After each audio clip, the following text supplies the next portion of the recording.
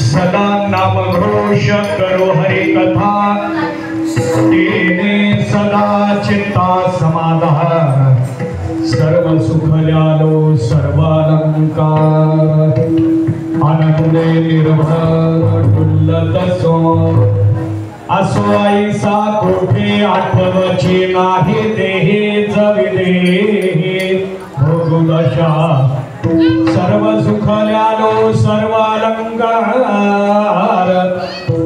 आनंदे निर्भर डुल्लत सो तुका म्हणे आम्ही झालो अग्निरूप लागोने दे पाप पुण्यांगा सर्व सुख ल्यालो सर्वालंकार आनंदे निर्भर डुल्लत सो विठला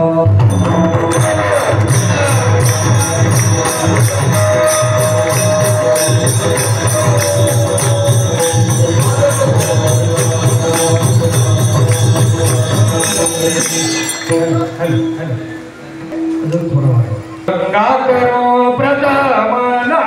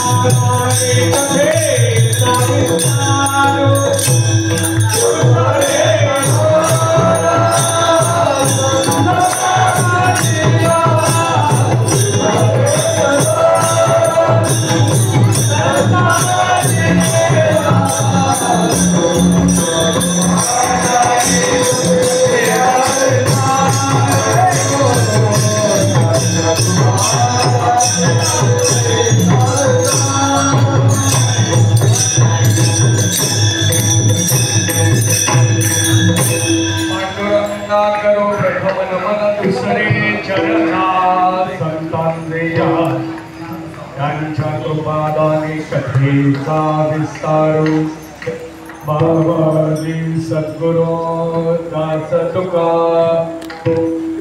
नमो ज्ञानेश्वरा निवृत्ति उदार सोपान देवा मुक्ताबाई नमो त्रिभुवन पावनी आतत्रय जननी देवाची ये प्रस्तुत कीर्तन सेवेसाठी घेतलेला जो आहे देहूचे संत श्रेष्ठ जगद्गुरु तुकोबारायांच्या गाथ्यातील नामाची लक्षणा प्रकट करून फलश्रुती मांडणारा चार चरणाचा सर्वांच्या पाठात अभंग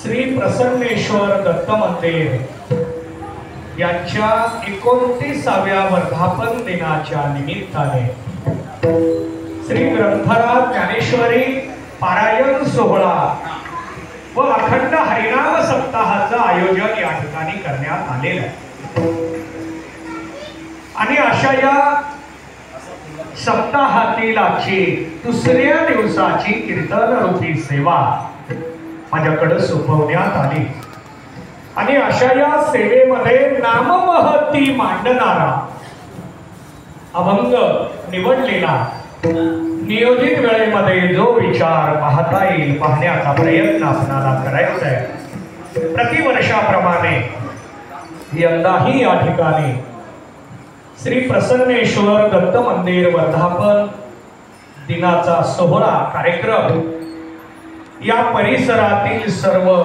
भाविक मंडळी, वारकरी मंडळी, दत्तभक्त या सर्वांच्या माध्यमातून सप्ताहाचं कार्यक्रमाचं आयोजन होत असताना आजची दुसऱ्या दिवसाची सेवा माझ्याकडे सोपवण्यात आली. आदरणीय हरिभक्तीपरायण नामदेव उकळे महाराज, सर्व संयोजक मंडळ, श्री प्रसन्नेश्वर दत्त मंदिर भजनी मंडळ या सर्वांच्या आपुलकीतून जिव्हाळ्यातून इथे येण्याचा योग मला प्राप्त झाला. या सप्ताहामध्ये ज्यांच्याकडे व्यासपीठ आहे असे आदरणीय हरिभक्तीपरायण रमेश महाराज, शिवापूरकर महाराज, आदरणीय हरिभक्तीपरायण टाकमोगे महाराज, त्याच पद्धतीनं हरिभक्तीपरायण संजय पाटील महाराज, सर्व संयोजक मंडळ, दरवर्षी ही मंडळी इथं परिश्रम घेतात, अट्टहासाने या कार्यक्रमाचं आयोजन केलं जातं. या कार्यक्रमासाठी दररोज आवर्जून उपस्थित असलेल्यांमध्ये आदरणीय हरिभक्तीपरायण ज्योतिराम चांगवडे महाराज, त्याच पद्धतीनं आज माझ्या बरोबर उपस्थित असलेले हरिभक्तीपरायण तानाजी दादा बिलेराव महाराज, आदरणीय हरिभक्तीपरायण अभिमान गंटे महाराज, आदरणीय हरिभक्तीपरायण सर्वगोड महाराज, त्याच पद्धतीनं या कार्यक्रमासाठी आवर्जून उपस्थित असलेल्यांमध्ये आदरणीय हरिभक्तीपरायण संजय पवार महाराज, आदरणीय हरिभक्तीपरायण लिंबोळे महाराज, या परिसरातील सर्वच वारकरी मंडळी, भाविक मंडळी या सर्वांच्या उपस्थितीमध्ये नियोजित वेळेमध्ये जो विचार पाहता येईल पाहण्याचा प्रयत्न करू.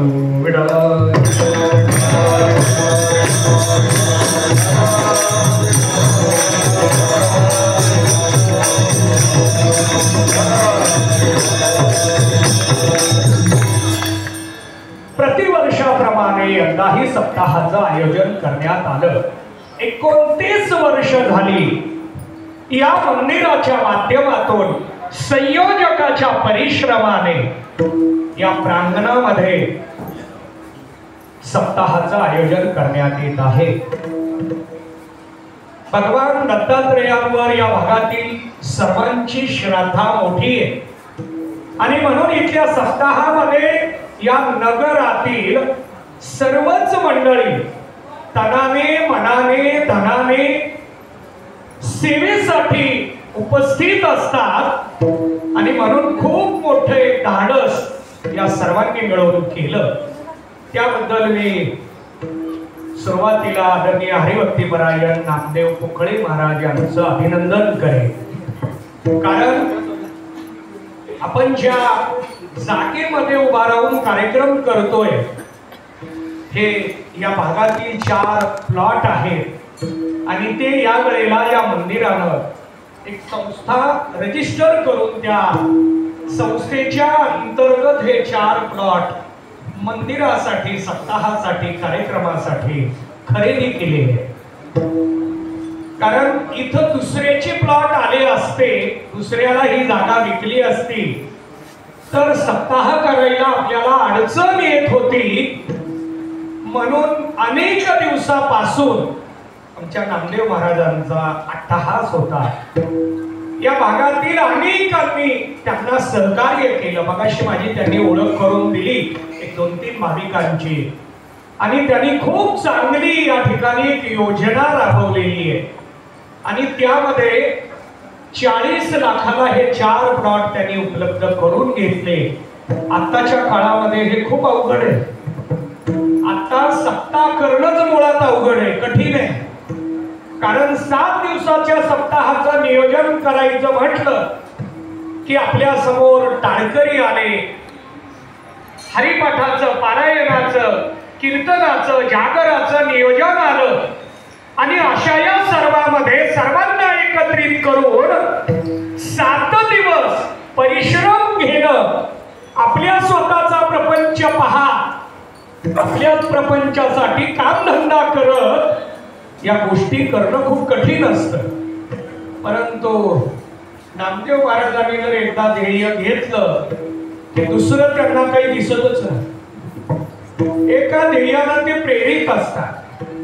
मग त्या वर्षात तुम्ही दुसरी कितीही कामं सांगा, ते त्या कामाला थोडा वेळ देतील, पण आपल्या ध्येयाला ते कायम चिटकून असतात आणि ते ध्येय पूर्ण झाल्याशिवाय त्यांना समाधान होत नाही. आणि त्यांनी या वेळेला आपला संकल्प पूर्ण करून ध्येय गाठलेलं आहे.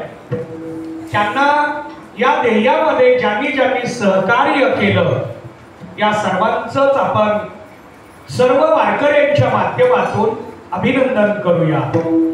कारण आताच्या काळामध्ये स्वतःला घर बांधणं अवघड व्हायला लागलंय. स्वतःला स्वतःची जागा देऊन स्वतःचं घर करणं हे कठीण असताना स्वतःच्या घराचा विचार न करता मंडळाचा सत्याचा विचार करून त्याच्यासाठी प्रेरित होऊन त्यांनी इथं पलीकड डिजिटल केलंय. ज्यांनी या जागेसाठी पैसा उपलब्ध केला, कायमस्वरूपी त्यांच्यासाठी एक स्कीम त्यांनी राबवली आहे. एक खूप चांगल्या पद्धतीनं नियोजन त्यांनी केलंय. खरं तर त्यांच्या डोक्यात हे दत्त महाराजांनीच विचार घातले असं म्हटलं तरी वावगं ठरणार नाही. कारण सहजासहजी जागा घेणं हे शक्य नाही.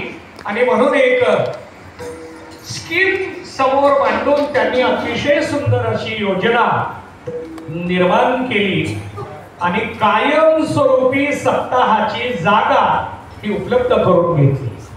खरं तर हे चारी प्लॉट ज्या मालकांकडे होते त्यांना भेटणं, त्यांच्याकडून हे काढून घेणं खूप कठीण आहे. आणि म्हणून त्यांचे पण आभार या ठिकाणी नामदेव महाराजांनी या डिजिटलच्या माध्यमातून मानलेले आदरणीय सिद्धरामप्पा पाटील आणि त्यांच्या माध्यमातून या प्लॉटला घेत असताना ज्यांनी सहकार्य केलं त्यांचं पुन्हा एकदा अभिनंदन करतो आणि माझ्या चिंतनाकडे वळतो.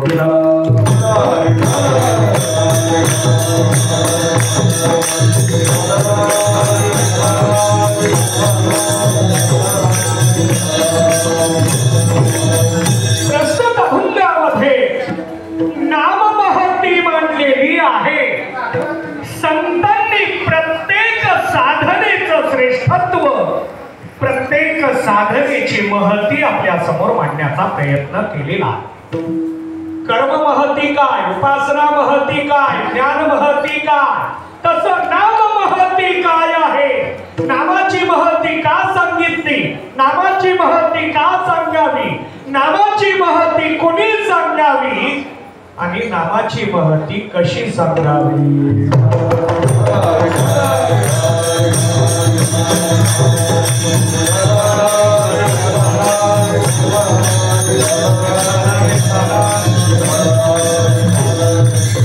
बघा, जोपर्यंत आपल्याला महती कळत नाही तोपर्यंत आम्ही त्या साधनेचा स्वीकार करत नाही. बघा, मंदिराला चला दर्शनाला म्हटलं की लगेच समोरच्याकडून उत्तर येतं, का जायचं, काय मिळतं दर्शनाला गेल्यानंतर, चला कीर्तनाला काय मिळणार आहे, चला भजनाला काय मिळणार आहे. आम्हाला महती कळल्याशिवाय आम्ही त्या साधनेमध्ये प्रवृत्त होत नाही. बहुतांश मंडळींचं म्हणणं असतं भजन कीर्तन हे केल्यानंतर आम्हाला पैसा मिळाला. पैसा हा लौकिकातला एक भाग आहे. पैसा हे अंतिम ध्येय नव्हे. पैसा हा जीवनातला आवश्यक आहे, पण पैसा म्हणजे विश्व नव्हे. पैसा हे विश्व नव्हे. याचा अर्थ जीवनात पैसा नकोच आहे असं पण नाही. बघा, इथं यायचंय गाडीला पेट्रोल लागतं, इथं यायचंय वाहन लागतं, त्याला पैसे लागतात. पैशाशिवाय जगता येत नाही. पण पैसा म्हणजे जीवन नव्हे. त्यामुळं जीवनात पैसा लागतो, पण परमार्थ हा पैशाच्या अनुषंगाने असू नये हा विचार आताच्या काळात प्राधान्यानं मांडावा लागतो. कारण आम्ही आता ज्ञान विकायला लागलो. मुळात ज्ञान मिळणं कठीण आहे. ज्ञानाच्या बाबतीमध्ये जर विचार करायचा झाला तर ज्ञानाचा अधिकारी हा दुर्लभ आहे, दुर्मिळ आहे. परंतु ज्ञान आम्ही पैशाने तोलायला लागलो आणि लगेचच आमची चर्चा चालते. पारायणाला बसलो, काय मिळतं? कीर्तनाला आलो, काय मिळतं? महती कळली तरच आम्ही भजनाला कीर्तनाला प्रवृत्त होणार आहे. नामस्मरण करा असं संतांनी सांगितलं की आमचा पहिला प्रश्न असणार आहे, का करावं? कामधंदा बाजूला ठेवावा, संसार बाजूला ठेवावा, आवडी निवडी बाजूला ठेवाव्या आणि नामस्मरण करावं कशासाठी?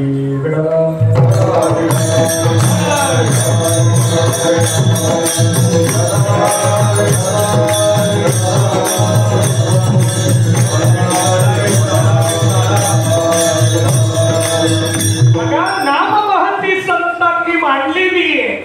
परंतु नामाचा विचार मांडत असताना नाम इतर साधने बरोबर तुलना करण्यासारखं नाही. मुळात नाम हे साधनेत बसतच नाही, आमच्यासाठी बसवलं.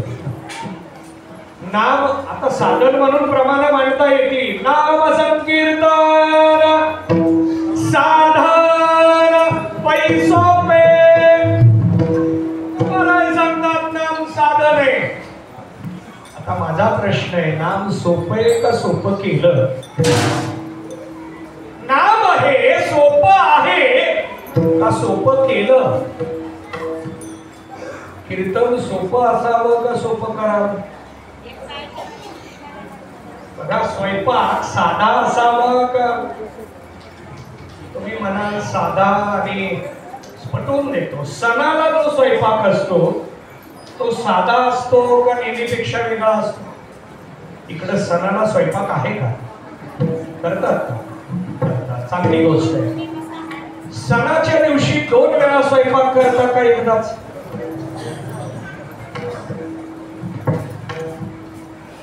पुरुषांनी उत्तर दिलं तर थोडा अवघड जाणार आहे. असो दे, मला काही त्यामध्ये स्वारस्य नाही. पण आमचे पोपट माळी महाराज हे रेकॉर्डिंग करतायत आणि त्यामुळे तुम्हाला मी आता प्रश्न विचारणार नाहीतर मी तुम्हाला सणाचा प्रश्न विचारला असता. आणि चला ठीक आहे, सणाच्या वेळेला स्वयंपाक एकदाच असतो. रात्री स्वयंपाकाला सुट्टी असते, कारण वाक्य ठरलंय सकाळचं शिल्लक आहे. शिल्लक राहिलं का शिल्लकच केलं?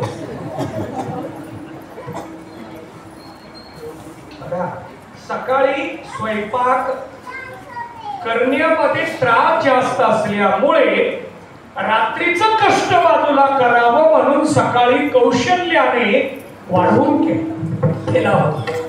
म्हणजे सणाचा स्वयंपाक साधा सोपा नाही. नेहमीचा जो स्वयंपाक आहे तो सोपा. तसं नाम हे साधन सोपं आहे का सोपं केलं?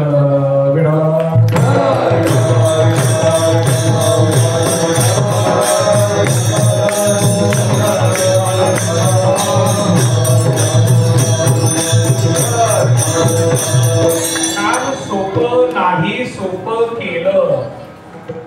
आता सोपं याची प्रमाण पण दिली जातील, पण मला आता ती अपेक्षित नाहीत.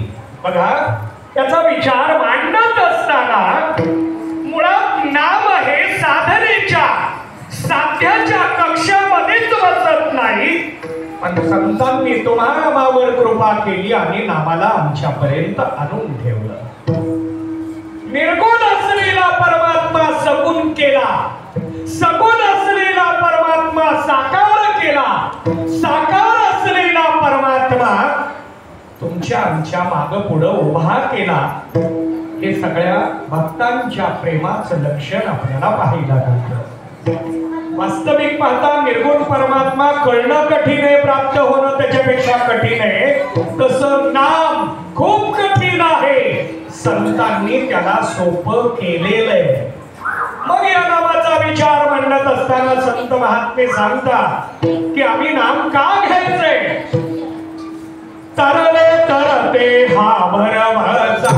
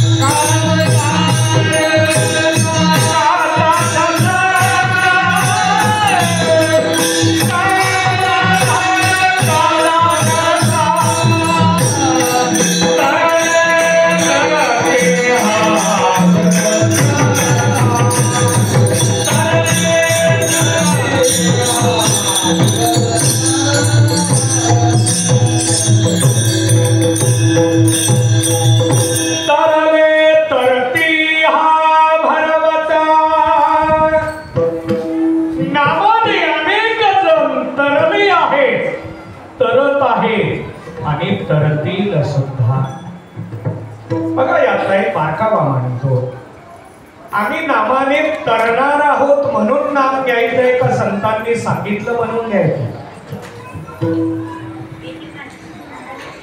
प्रश्न पुन्हा विचारतो. आज खरं डबल विचारायची गरज नाही, कारण जीवन कीर्तनानंतर आहे. नाहीतर आमची नेहमी कीर्तन जेवल्यानंतर असतात आणि त्यामुळे आज काही डबल विचारायची आवश्यकता नाही. बघा, नाम हे आम्हाला तारणार आहे म्हणून घ्यायचंय का संतांनी सांगितलं म्हणून घ्यायचंय? संतांनी सांगू द्या न सांगू द्या, आम्हाला काय मिळतं त्याच्यावर घ्यायचं का नाही ठरवलं. बघा, आपण लग्नाला जातो. इकडे जातात का लग्नाला? या भागातली मंडळी जातात का? ठीक आहे, चांगली गोष्ट आहे. लग्न कळल्यावर जाता का पत्रिका आल्यानंतर? पत्रिका, बघा मुलांनी उत्तर दिलं पत्रिका आल्यानंतर जाता. ती सवय आमची सत्यता आहे. पत्रिका आली तर सत्य आला, नाहीतर बघा सत्याला पत्रिकेची वाट बघू नये. लग्नाला अवश्य बघावी. लग्नाला आम्ही जातो, पण कुणाच्या जातो? पत्रिका जरी आली, ती व्यक्ती आमच्या उपयोगाची नसेल तर आम्ही लग्नाला, प्रत्येक गोष्टीत आमचा स्वार्थ आहे. आम्ही निस्वार्थ वृत्तीने कधी जगणार आहे? अहो, परमार्थ मुळात निष्काम या बैठकीवर आधारित आहे. वारकरी संप्रदायामध्ये निष्कामता ही मूळ बैठक आहे. आम्हाला वारीची प्रथा घालून दिली या बैठकीवर. बघा, आमचे रमेश महाराज दर महिन्याला पायी चालत जातात. आपण वर्षातनं एकदा पायी चालत जात नाही, ते दर महिन्याला जातात. आपण वारीला जावं, वारीला जाताना सुद्धा कसं केलं पाहिजे? निष्काम वृत्तीनं, निस्पृह भावानं. पंढरपूरला गेल्यानंतर निष्कामतेचे संस्कार होतात म्हणून वारीची प्रथा चालू केली. पण आता अनेकांच्या मनात शंका, चालणं होईल का हो? चालणं होईल का? कारण आता 40 पासूनच गुडघे धरायला. आमचं खाणंच बदललं. पूर्वी दूध, दही, तूप, लोणी असायचं. आता भजे, वडापाव, पापड. आता काळ बदलला, त्यामुळं खाणं बदललं म्हणून गुडघ्याला सुद्धा जागा सोडायला सुरुवात केली. जाऊ द्या, माझा मूळ मुद्दा हा आहे की आम्हाला काही मिळणार असेल तर आम्ही प्रवृत्त होतो. नामस्मरण करायचे, नाम तारणार आहे म्हणून घ्यायचंय का संतांनी सांगितलं म्हणून घ्यायचंय? हा माझा मुद्दा आहे. आम्हाला नाम कळलं पाहिजे, कारण नाम हाच एक अवतार आहे. नाम ही विलक्षणता. आम्ही नामाकडे खूप सोप्या दृष्टीने पाहतोय. आम्ही नामाकडे अगदी साध्या भूमिकेतनं पाहतोय, कारण नामाला संतांनी खूप खाली आणलं म्हणून. बघा, नामाचा अधिकार मांडत असताना महाराज सांगतात, सकळासी येथे आहे अधिकार, सकळासी येथे आहे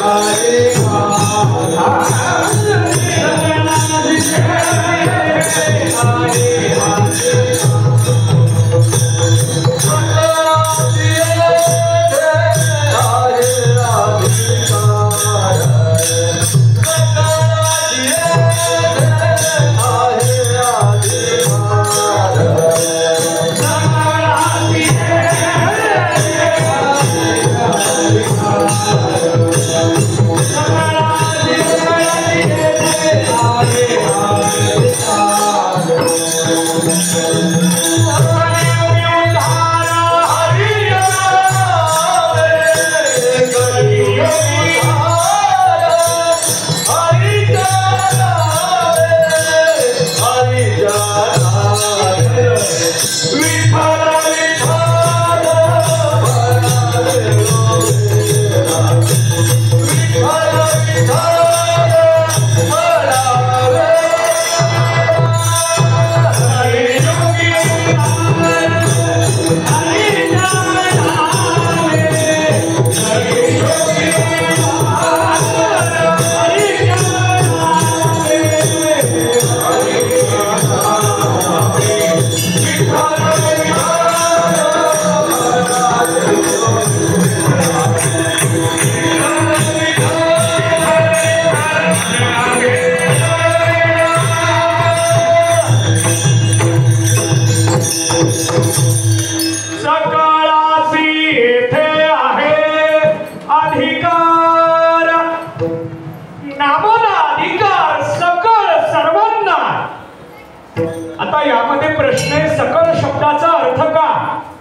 भारत माता नगर मधील सकळ का सोलापुरातील सकळ, महाराष्ट्रातील सकळ का भारतातील सकळ? सकळ म्हणजे फक्त पुरुष सकळ का महिला सकळ? झाल्यानंतर सूचना देतील पंक्तीला, कुणी पहिल्यांदा बसावं. तुम्हाला काय वाटतं? जाऊ द्या, चला.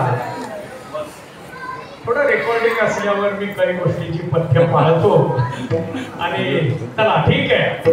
आपण चिंतन मांडतोय सकळ शब्दाने. महाराजांनी एके ठिकाणी त्याचं स्पष्टीकरण दिलंय. यारे लहान थोर याते भलते नारी नर, करावा विचार न लगे चिंता कोणाचे. इथं सकळ शब्दाचा अर्थ आहे. लहान असो मोठा असो, नारी असो नर असो, कोणत्याही जातीचा वर्णाचा आश्रमाचा असो. बघा, यामध्ये विचार मांडत असताना जात पात पंथ पाहिला जात नाही. पण आताच्या काळामध्ये आपल्याला मात्र देश विचार मांडणं आता काळाची गरज आहे. कारण सध्या युद्ध सदृश्य परिस्थिती निर्माण झाली आणि अशा परिस्थितीमध्ये आपण सर्वांनी देशाबरोबर असलं पाहिजे. देशानं जो निर्णय घेतला त्या निर्णयाच्या बरोबर आपण सगळ्यांनी राहिलंच पाहिजे. देशामध्ये असताना आपण कुणाबरोबर राहावं हा त्याचा व्यक्तिगत प्रश्न आहे. आपल्या देशातले आपले अंतर्गत विचार कसे आहेत या मुद्द्यावर मला आता बोलायचं नाही. पण देश पातळीचा विचार करत असताना देश युद्धसदृश्य अवस्थेमध्ये आलेला आहे. अशा वेळेला आपण सगळ्यांनी देशाच्या विचारामध्ये असलं पाहिजे. याचा अर्थ माझं आता म्हणणं नाही की लगे बंदूक घ्या, कारगिलवर जाऊन उभा राहा आणि मी सांगितलं म्हणून तुम्ही पण लगे निघणार आहेत असं नाही. कारण आपल्या गल्लीत आल्याशिवाय आपण जागं होत नाही. आपल्याला ही सवय. इतर ठिकाणी कुठं काही होऊ द्या, आपल्यापर्यंत आलं नाही ना, विलंबी काय करायचंय आपल्याला? आपण निद्रिस्त आहोत. फक्त देशाच्या आत्ताच्या परिस्थितीमध्ये देशाबरोबर राहावं एवढाच माझा आत्ताच्या बोलण्याचा विचार आहे.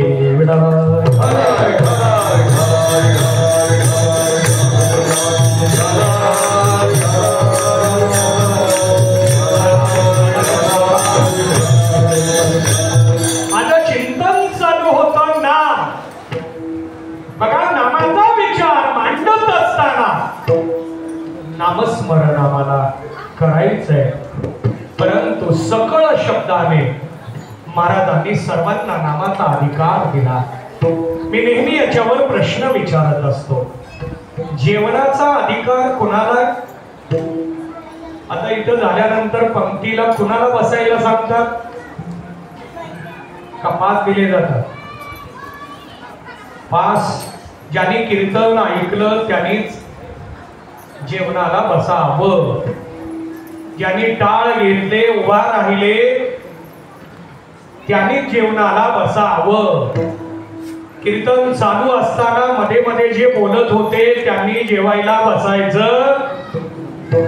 मी वाक्य पूर्ण केलं नाही बरं का, या मुलांनी पूर्ण केलं. असं सांगितलं जातं का? नाही. जेवायला सर्वांना अधिकार आहे. बघा, प्रत्येकाच्या समोर आपला प्रपंच आहे, आपला कामधंदा आहे. हे करत आम्हाला नामस्मरण करता येणार आहे, करावं लागतं. काही जणांचा मुद्दा असतो, अहो संसार करत हे करणं खूप कठीण आहे. कठीण नाही, मानसिकता कठीण काहीच नसतं. बघा, संसार करत दुसऱ्या बरोबर भांडणं करता येतात.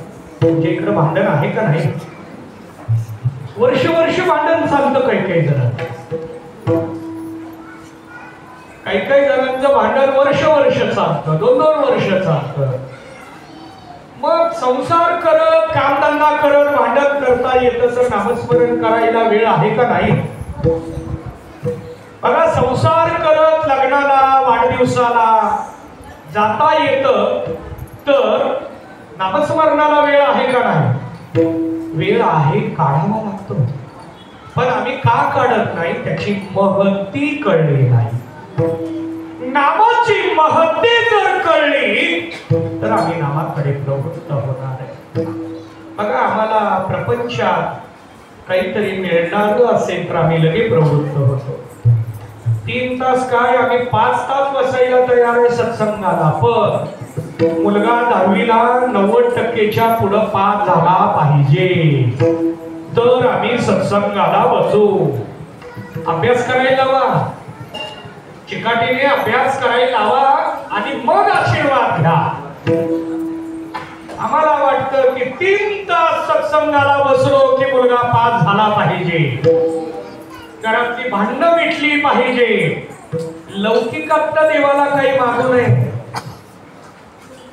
मग काय मागावं? जीवनाचं मूळ ध्येय काय आहे? बघा, संसार हा सुखासाठी आम्ही स्वीकारला का दुःखासाठी?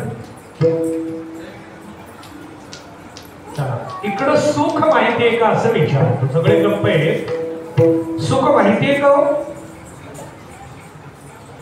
आहे. चला, ठीक आहे. आपल्याला नेहमी आनंदी राहायला आवडतं का दुःखी? आनंदी राहायला. आता मुलं बोलायला लागली. आनंदी राहायला आवडतं, आनंद मिळावा, सुख मिळावं. चला, सुख मिळावं, समाधान मिळावं वाटतं पुरुषांना का महिलांना? पुरुषांना. महिलांना नाही मिळालं तरी असं आहे का? दोघांना मिळावं वाटतं. ठीक आहे. लहानाला आनंद मिळावा वाटतो का मोठ्यांना? दोघांना. श्रीमंताला आनंद मिळावा वाटतो का गरिबाला? दोघांना. ज्ञानाला आनंद मिळावा वाटतो का अज्ञानाला? दोघांना. सुशिक्षिताला आनंद मिळावा वाटतो का अशिक्षिताला? दोघांना. ब्रह्मचार्याला आनंद मिळावा वाटतो का गृहस्थीला? दोघांना. मराठी बोलणाऱ्यांना आनंद मिळावा वाटतो का हिंदी? मराठी. हिंदी बोलणाऱ्यांना आनंद नकोय असं आहे का? दोघांना. चला ठीक आहे, आणखी आता तुमच्या थोडं पुढं घेऊन जातो. महाराष्ट्रातल्यांना आनंद मेळा वाटतो का कर्नाटक? दोघांना आले बरोबर. चला, आंध्र प्रदेशात आनंद मेळावा वाटतो का तामिळनाडू? दोघांना. आता दोघांनाही पाठच करून ठेवा.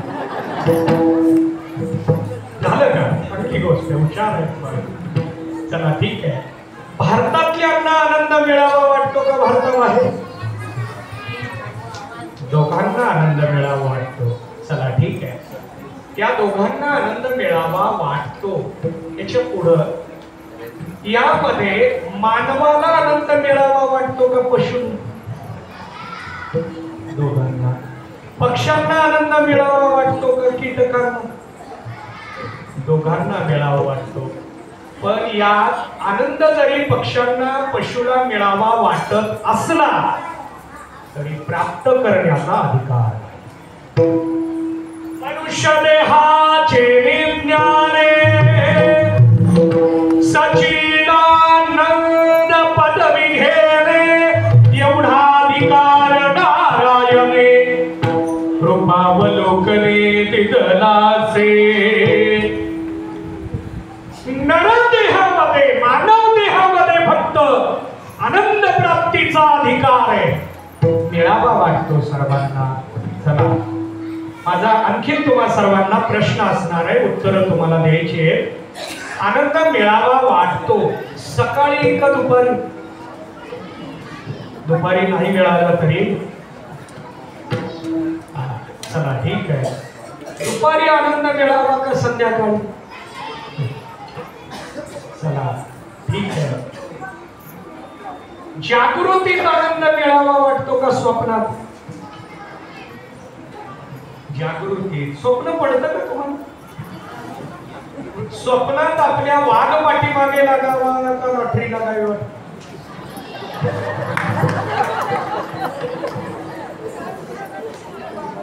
बघा, स्वप्नामध्ये सुद्धा वाघ नकोय.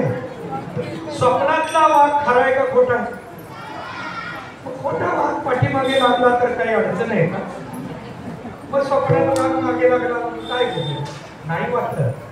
स्वप्नात सुद्धा आनंद व्हावा.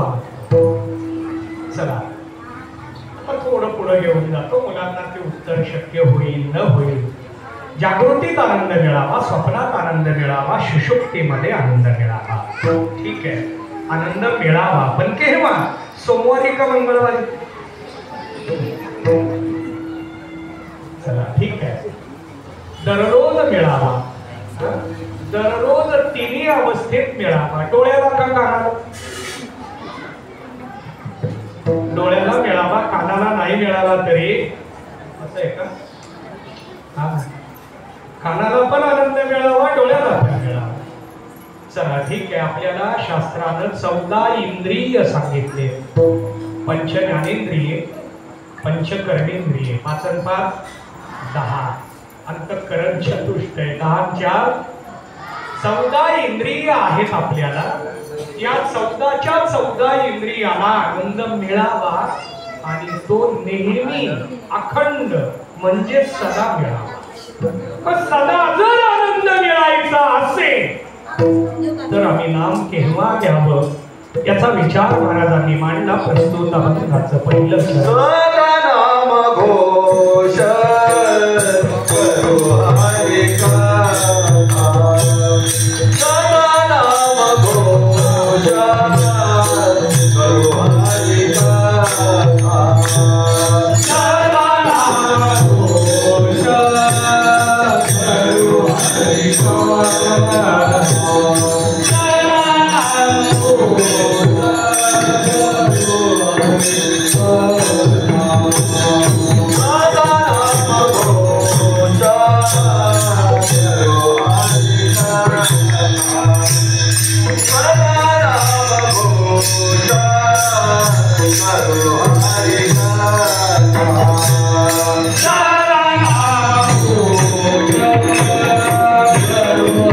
करो हरि का.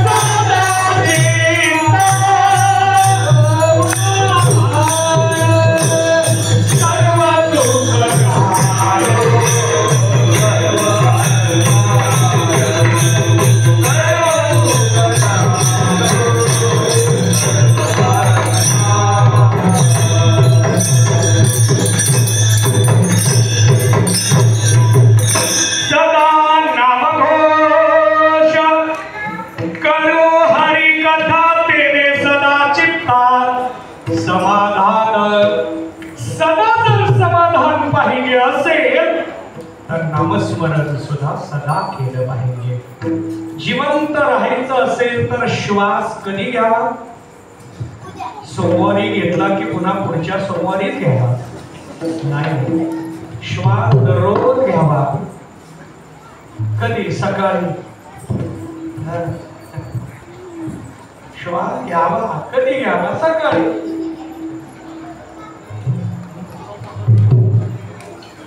श्वास जसा अखंड घ्यावा तर जिवंत राहणार आहे, तसं नामस्मरण अखंड केलं तर समाधान सुद्धा अखंड मिळणार आहे. आणि अशा या समाधानाच्या साठी नामाचा विचार तुकोबारायांनी अनुभवातून मांडलेला आहे. त्याचं चिंतन आपल्याला करायचं आहे. सर्वांनी मोठ्या प्रेमाने एक वेळ भजन करू, नंतर उर्वरे चिंतन. विठोबार कुमारी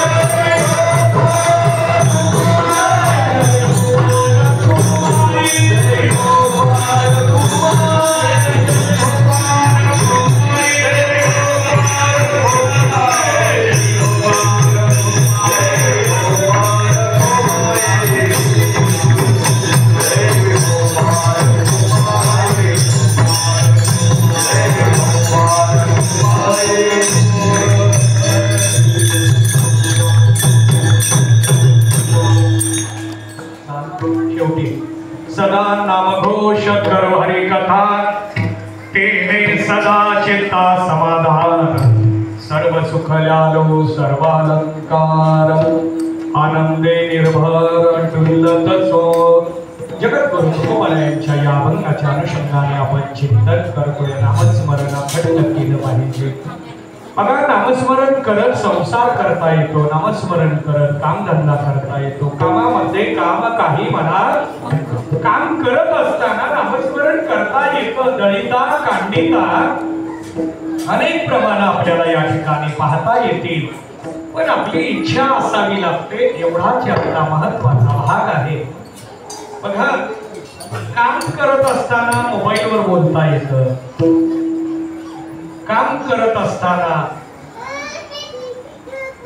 टीव्ही पाहता येते, काम करत असताना इतर गोष्टी करता येतात. तर नामस्मरण का नाही?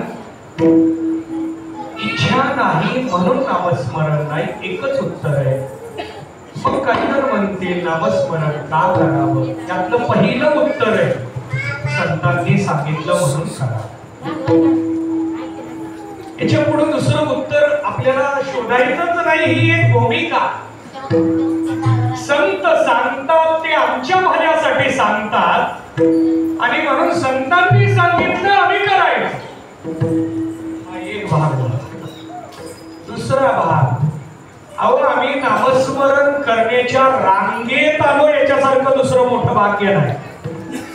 बघा, ज्ञानोबारायांनी हरिपदाच्या 6व्या अभंगात भाग्याचा एक वेगळा विचार मांडला. मोक्ष रेखे आला तो भाग्य विनटला. ज्ञानोबाराय लक्षणं म्हणतात मोक्षाच्या रेषेवर जरी आला तरी तो भाग्यवान आहे. आता मोक्ष हे वेदांताचं ध्येय आहे. वारकरी संप्रदाय याच्या पुढे. वारकरी संप्रदाय आम्हाला सांगतो मोक्षाजवळ स्थिर होऊ नका, मोक्ष प्राप्त करा, पण पुढे नामस्मरण भक्ती भजन आम्हाला करायचंय. आणि या नामाला आम्ही स्वीकारू लागलो हे आमच्या जीवनातलं महत्वाचं आणि अंतिम असं भाग्याचं लक्षण स्वीकारावं लागेल. कारण आम्ही नामाला प्रवृत्त झालोय, नाम घ्यायला लागलोय, याच्यापेक्षा मोठं वेगळं काहीच नाही. संतांनी आम्हाला नाम घ्यायला सांगितलं कारण त्यांनी सुद्धा ते घेतलंय. बघा तुकोबाराय सांगतात, घेई घेई माझे वाचे गोड नाम विठोबाचे. तुकोबाराय आपल्या वाणीला सांगतात, जसं आपण डोळ्याला सांगतो, कानाला सांगतो, वाचेला सांगतो, मनाला सांगतो, पायाला हाताला सांगतो, आपण एक एक काम सांगतो, तसं तुकोबाराय वाणीला वाचेला काम सांगतात. त्या वाचेला सांगतात तू काय कर, गोड असं नाम घे. नामाला सुरुवात झाली, नामात ती अवस्था महाराजांनी मांडली. माझी मजा झाली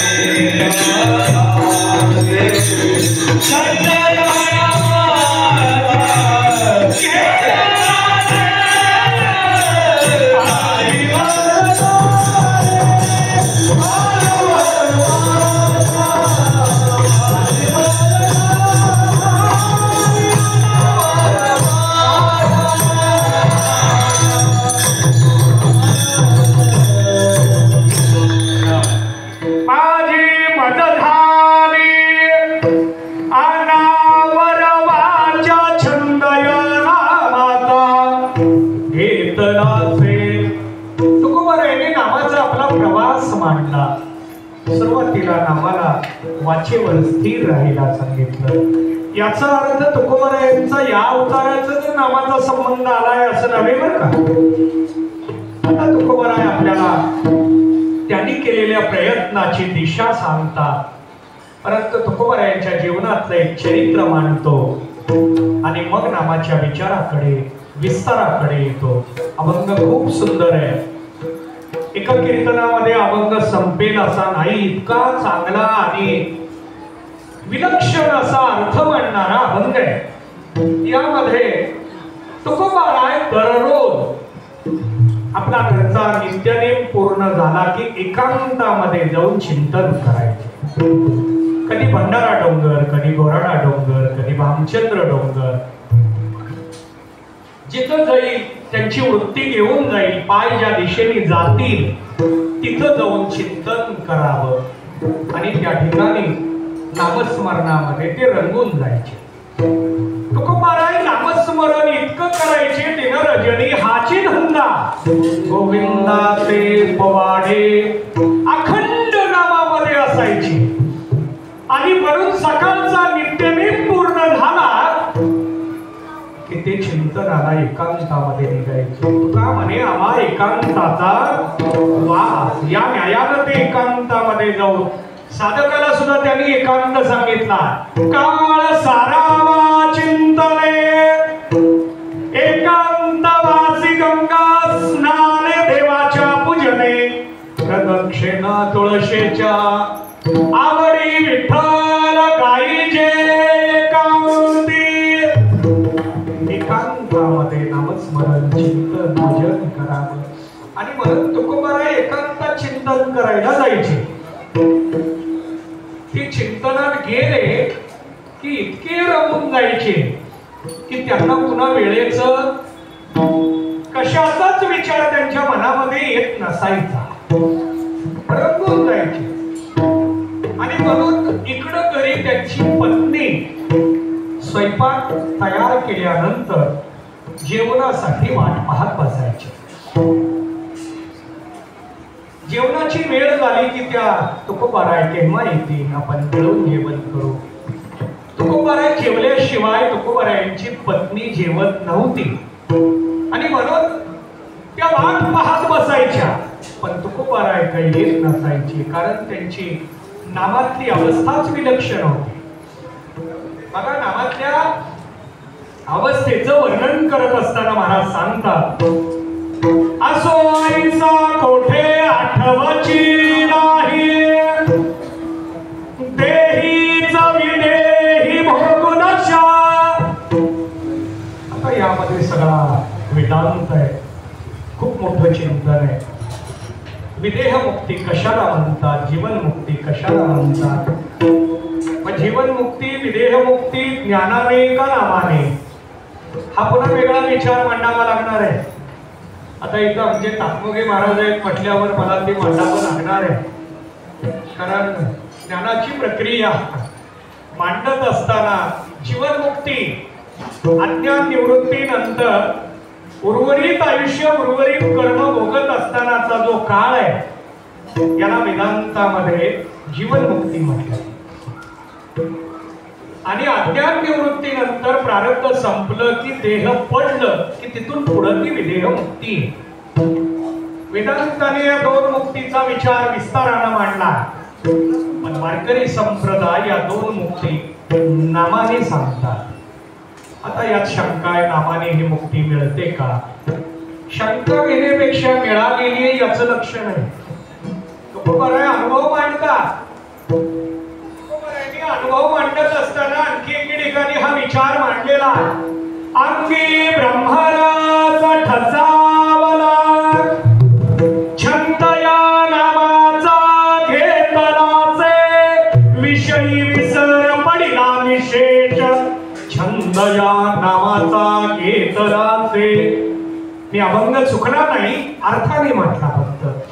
चला ठीक आहे, वेळेमुळे मी प्रमाण साधी म्हटली, मला वेळेत चिंतन बसवायचंय. आणि यामध्ये तुकोबाराय रंगून गेले की जेवणाची वेळ वगैरे लक्षात राहत नसायची. त्यांची पत्नी म्हणजे जिजामाता. तुकोबाराय पत्नीला प्रेमानं आवली म्हणायची. आणि ती जिजामाता तुकाराम महाराज जेवणाच्या वेळेत आले नाहीत म्हणून केलेला स्वयंपाक बांधून घ्यावा आणि तुकोबारायांच्या शोधात निघावं. पण जाताना तुकाराम महाराज सांगून जात नव्हते, आज मी भंडारा डोंगराला चाललो, उद्या कोराडा डोंगराला जाणार, परवा इथं जाणार आहे, सांगून जात नव्हते. त्यामुळे त्या कसं शोधत होत्या? तुकाराम महाराजांच्या पत्नीला तुकाराम महाराजांचा अधिकार कळला होता. आणि म्हणून डोंगराला जाणारी जी वाट आहे त्या वाटेवरची माती घ्यावी आणि कानाला लावावी. मातीतून जर विठ्ठल नामाचा ध्वनी आला, समजावं या मार्गाने तुकाराम महाराज गेले. आणि बरोबर त्या मार्गाने वर गेल्यानंतर तुकाराम महाराजांची भेट होत होती. इथं त्यांना पहिल्यांदा भेटून त्यांना जीव घालावं, मग आपण जेवावं. त्यामध्ये काही मंडळी शंका घेतील, विज्ञानातली मंडळी, महाराज तुम्ही हा दृष्टांत आत्ताच्या या विज्ञान युगात सांगताय, इथं माणसं विठ्ठल विठ्ठल म्हणेनात, माती कुठं विठ्ठल विठ्ठल म्हणते का? असा प्रश्न मांडला जाणार आहे. परंतु याला विज्ञानातलंच एक उदाहरण देतो. माती सुद्धा विठ्ठल विठ्ठल म्हणते, फक्त ती माती विठ्ठल म्हणते इथपर्यंत आम्ही पोचतो. कारण आम्ही त्या मातीपर्यंत जातच नाही. मुळात आमचा देह मातीचा आहे. हा जाणार आहे कशात?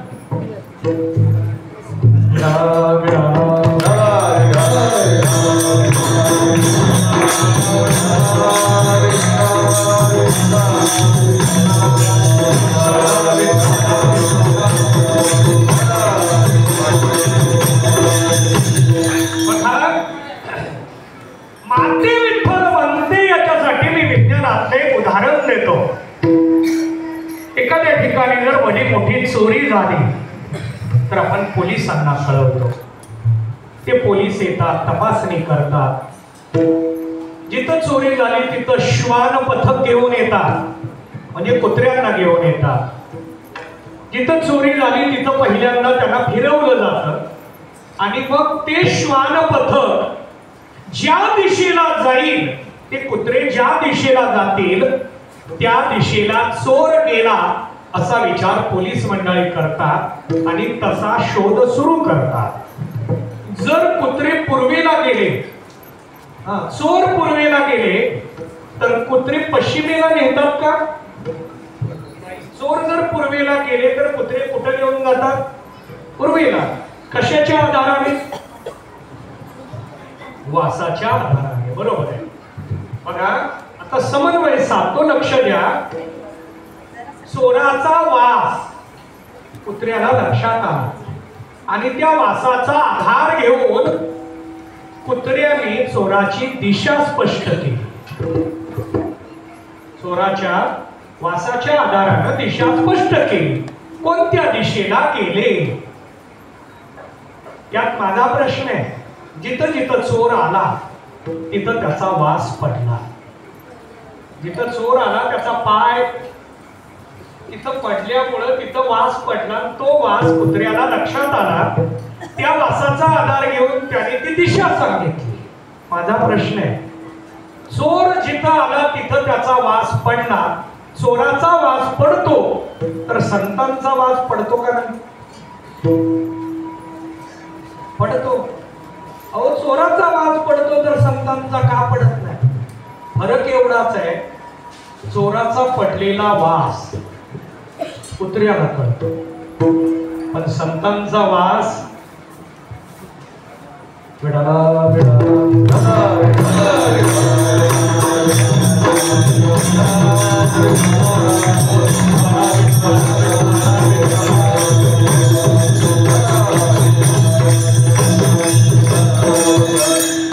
संतांचा वास सुद्धा कळतो, पण त्याच्यासाठी त्या अवस्थेला जावं लागतं. तुका म्हणे अंगे व्हावे ते आपण तरेच चकाराने लक्षणा मांडली. म्हणून जिजामातेला तुकाराम महाराजांचा अधिकार कळला होता आणि म्हणून नामाचं श्रेष्ठत्व मांडतात.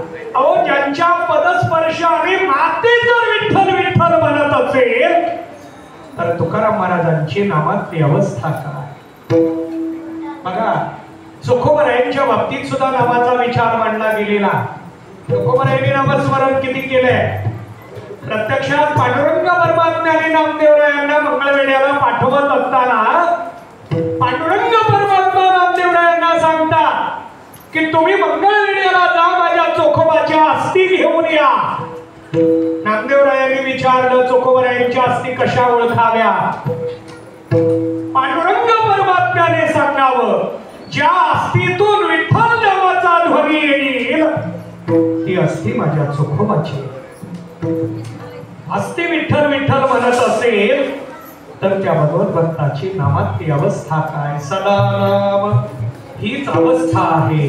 त्याच्या पुढं घोष शब्दाला खूप मोठं मोल आहे, महत्व आहे. घोष शब्दाचा एक अर्थ मोठ्याने उच्चार, जय घोष. आपण म्हणतो सगळ्यांनी मिळून जय घोष करा म्हणतो आपण, बरोबर आहे का? भारत माता की जय घोष करतो. हा मोठ्याने उच्चार झाला, त्याला घोष म्हणतात. परंतु ज्ञानोबरायांनी घोष या शब्दाचा ज्ञानेश्वरीत अर्थ वेगळा मांडला. आपल्या प्रत्येकाला 4 वाणी, परा, पश्यंती, मध्यमा, वैखरी. जास्त विस्तार करत नाही. बघा, वैखरीचा विषय हा आकार आहे, मध्यमेचा विषय नाद आहे, पश्यंतीचा विषय ध्वनी आहे आणि परेचा विषय घोष आहे. ओंकाराचं स्पष्टीकरण करत असताना ज्ञानोबरायांनी या लक्षणा मांडल्या. घोष ध्वनी नादाकारू. घोष स्वल्पविराम, ध्वनी स्वल्पविराम, नाद स्वल्पविराम, आकार. घोष हा परावाणीचा आहे. नामस्मरण परावाणीपर्यंत गेलं पाहिजे म्हणून महाराज सांगतात सदा नाम घोष तेने सदा चित्ता समाधान. आम्हाला जर समाधानाकडे जायचं असेल तर सदा नामस्मरण केलं पाहिजे. आम्ही आमचा प्रपंच काळात नामस्मरण करू शकतो, फक्त करण्याची इच्छा असावी लागते. कामधंदा हा आम्हाला सोडायचा नाही, तो सुटत पण नाही. फक्त कामधंदा करत असताना आपलं कर्तव्य पूर्ण करत नामस्मरण करायचंय. त्याचा परिणाम सांगितला. तुका म्हणे आम्ही झालो अग्निरूप लागोने दे पाप पुण्यंगा. हा अग्निरूप होतो, नामरूप होतो. आता इथं अग्नी शब्दाचाच उपयोग का केला पुन्हा हा चिंतनाचा मुद्दा आहे. कारण अग्नी ज्ञानाच्याही अनुषंगाने आहे, नामाच्याही अनुषंगाने आहे. भगवद्गीता सांगते ज्ञानाग्नी दग्धकर्माग्नी. भगवद्गीतेचा विचार आपल्या समोर आलेला आहे. आता माझ्याकडे फक्त 15 मिनिटं शिल्लक आहेत, त्यामुळे जास्त विस्तारात जाणार नाही. पण ज्ञानरूपी अग्नी तसा नामरूपी अग्नी आहे. या अग्नीमध्ये सगळे दोष, सगळे विकार नष्ट होतात. आसक्ती, तादात्म्य नष्ट होतं, अज्ञान नष्ट होतं आणि त्यामुळे त्यांना पापपुण्य लागत नाही. लागोनेली पाप पुण्य अंगा न पापम न पुण्यम न सौख्यम न दुःखम चिदानंद रूप शिवोहम शिवोहम. ही अवस्था नामाने प्राप्त होते. ती कशी ओळखावी? आनंदे निर्भर सर्व सुखल्यालो सर्व अलंकार आनंदे निर्भर डुलतसो. हा अलंकार, हा दागिना खूप मोठा आहे. आपल्याकडे दागिने असावे. बघा, दागिने या वर्गाला आवडतात का? या वर्गाला मी रेकॉर्डिंग मुळे नावं घेतली नाही. मी फक्त या वर्गाला. आता या वर्गाला काही युट्यूब वर कुणाला कळणार? चला ठीक आहे. दागिने कुणाला आवडतात? चला, सोनं आणि दागिने एकच का फरक आहे? फरक आहे बघा, मुलं समजा. जावई सोनं मागतो का दागिने मागतो? सोनं. आपल्याकडं दागिना असा असावा, तो कोणी उसना मागू नये, तो कोणी चोरून नेऊ नये, त्याच्यासाठी भांडण होऊ नये. हा दागिना म्हणजे नामाची अवस्था. सर्व सुखल्यालो सर्व, हा अलंकार आहे, हा दागिना. नामरूपी दागिना आमच्याकडे असला पाहिजे आणि या दागिन्यासाठीच खऱ्या अर्थाने आम्हाला जन्म मिळाला आहे असं म्हटलं तरी वावगं ठरणार नाही. बघा, इतर कोणत्याही जन्मात आम्हाला नाम घेता येत नाही. नवे नवे महाराज सांगतात तिळ तिळ पुण्य साता पडे. तिळा तिळा एवढं पुण्य असेल तर वाचेशी नाम अतोडे. नामाचा आणि तिळा तिळ पुण्याचा विचार मांडला. अहो, मुखाला नाम यायचं असेल तर पुण्य लागतं आणि सदा नाम यायचं असेल तर भाग्य लागतं. अशा भाग्यापर्यंत पोहोचण्यासाठी आपल्या सर्वांना हे मिळावं म्हणून संयोजकांनी, भजनी मंडळाने या ठिकाणी सप्ताहाचं आयोजन केलं. दरवर्षी मोठ्या अट्टहासाने इथं हा कार्यक्रम घेतला जातो. 2 तप पूर्ण करून 3ऱ्या तपाची वाटचाल या संयोजकाची चालू आहे. पण 3ऱ्या तपामध्ये मात्र या मंडळींनी खूप मोठं एक चांगल्या पद्धतीचं वारकरी संप्रदायाला भूषण असलेलं पाऊल टाकलं. ते म्हणजे इथे चांगल्या पद्धतीनं जमीन उपलब्ध करून भविष्यामध्ये एक वास्तू बांधण्याचा एक संकल्प या ठिकाणी केला. ज्यांनी ज्यांनी त्याला सहकार्य केलं त्या मंडळींचं विशेषत्वाने अभिनंदन करतो.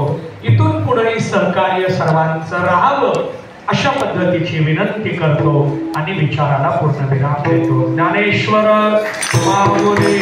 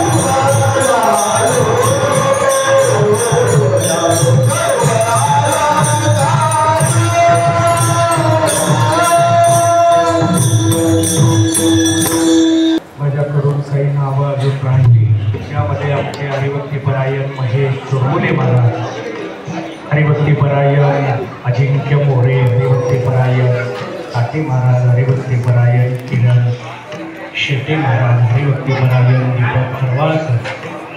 त्याच पद्धतीनं महिला बारोडकार लक्ष्मी कोळावले मॅडम, वैशाली वळसंकर मॅडम, त्या पद्धतीनं मंडळाध्यक्षी सोरेगाव भजनी मंडळ, सैफुल महिला भजनी मंडळ, उपस्थित सर्वच वारकरी मंडळी यांच्या उपस्थितीमध्ये नियोजित वेळेत जो विचार मांडता आला मांडण्याचा प्रयत्न केला. विठ्ठल जय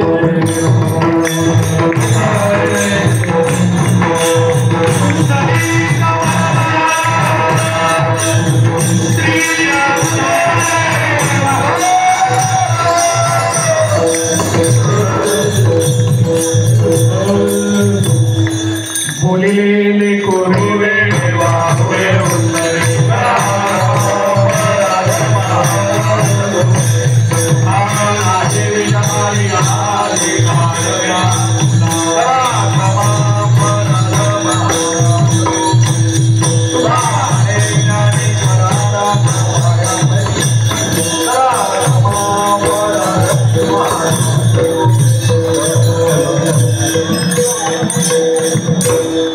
चालू असलेला श्री प्रसन्नेश्वर दत्त मंदिराचा 29वा वर्धापन दिनानिमित्त महाराजांनी आज नामाचं महत्त्व सांगितलेलं आहे.